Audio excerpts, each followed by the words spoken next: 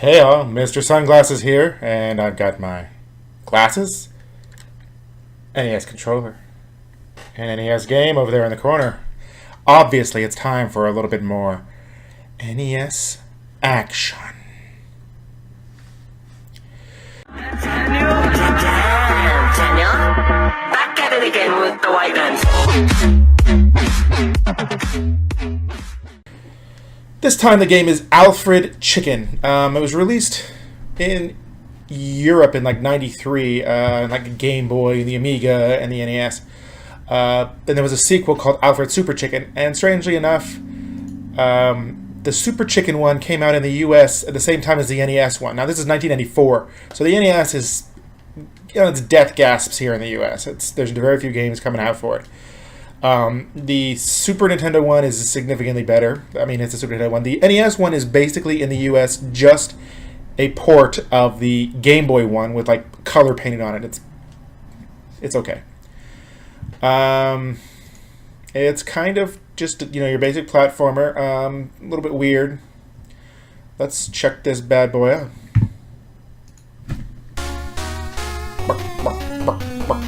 Chicken.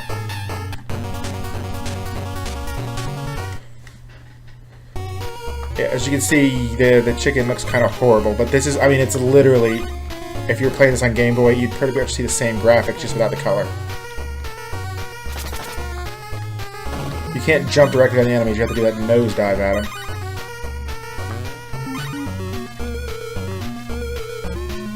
Which in and of itself is kind of annoying. You have the regular jump, and if you hold the jump, he will, Oops. Oof. Yeah, one hit death. Come back out of a purple egg, which you expect from this weird space-looking chicken here.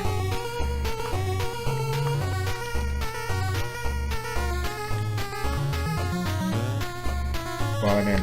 Apparently some cheese.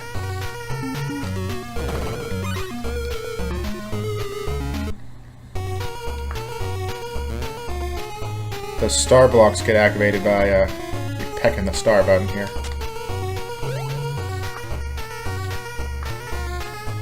Boom.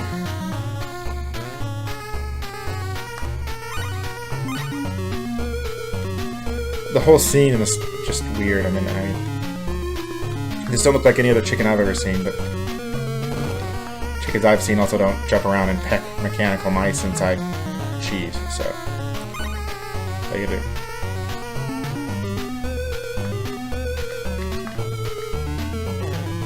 The music's pretty bad too. I'm not sure that the music was actually even really changed from the Game Boy version. And then we got the star blocks to make our way up higher.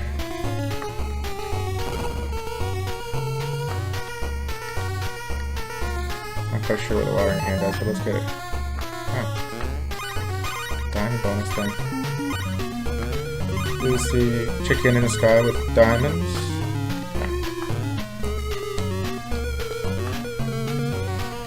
And another thing that this game is also very indicative of what I always complain about with these later NES games is that the color palette is always a red or brown, and I know they had limits on their color choices, but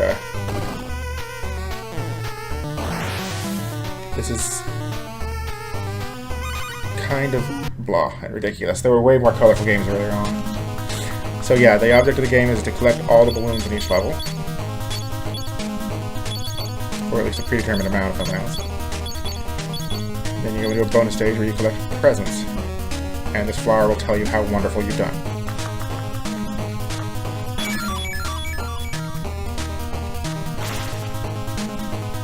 Thanks. Thank you. I found the watering can, which flower I like, so I get a 1-up, and then it spits on me. Well, it spits into the exit, and I get zapped. Welcome to stage 2 of 5.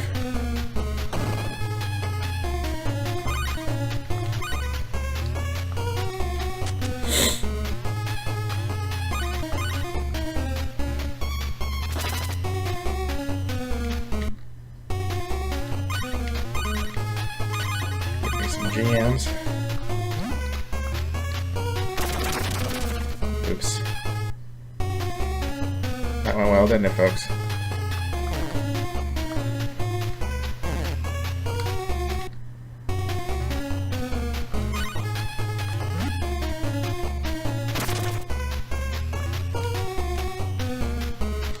We go open the doors, or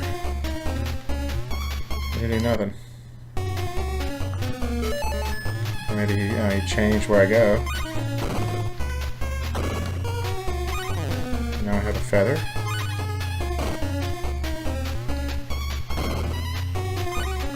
Oh, it's a stupid feather. Super feather. It keeps me safe when nothing else will. Rock and roll top.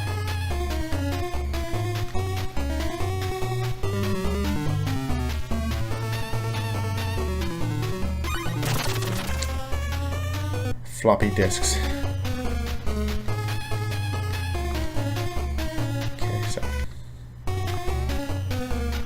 I wake up the bomb and it makes the door change.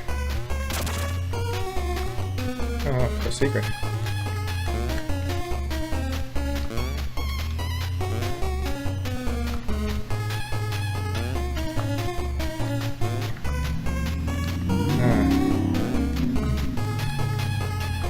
Door A, B, or C.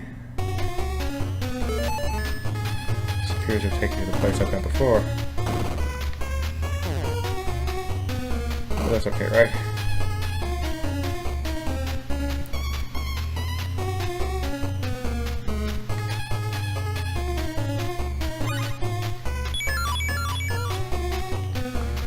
I saved something and I give me a 1-up, okay.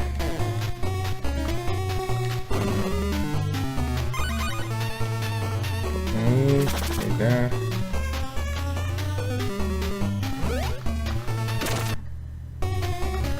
Okay, got the star doors.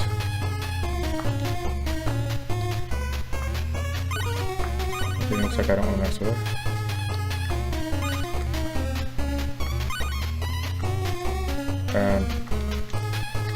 Snail cannon? Boom. Anyhow.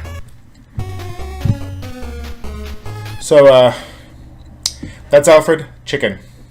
It's an okay platformer. Even for the NES standards, the graphics are kind of subpar.